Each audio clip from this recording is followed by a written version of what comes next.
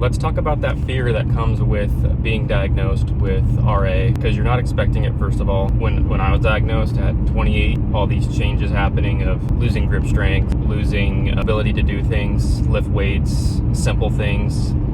That's a scary thing. Anybody that's got this disease that wakes up in the morning can barely put their socks on or take the lid off of a bottle or has a hard time opening things. Like that is a very scary thing to deal with at a young age, at any age I could imagine. That's just a scary thing in general. So how do we take that fear and use it to our advantage? First and foremost, the worst thing you can do is nothing. I think that kind of speaks for itself, because you're not going to make any strides in the right direction if you're not doing anything. I'm not saying it's easy. I know it's challenging, but all it takes is one step in the right direction to get yourself going and gain some momentum. Little things, stretches. When I used to wake up in the morning, I was already defeated from the time I opened up my eyes. I hadn't even got out of bed yet. I was already defeated, knowing that I was going to be in so much pain and what I had to do in my day. At the time, I was working with kids in elementary schools. I used to help kids, always taking notes in class, not on meds yet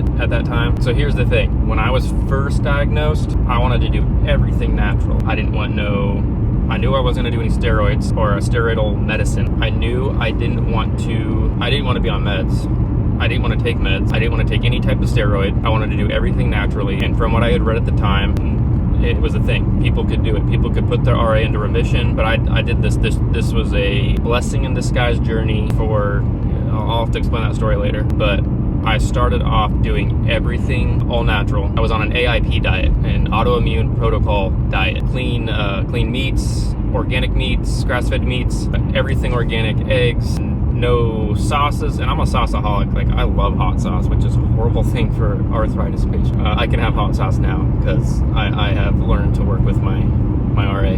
I was so limited on what I could eat. The clean eating was great. Like, it cleaned up my sleep.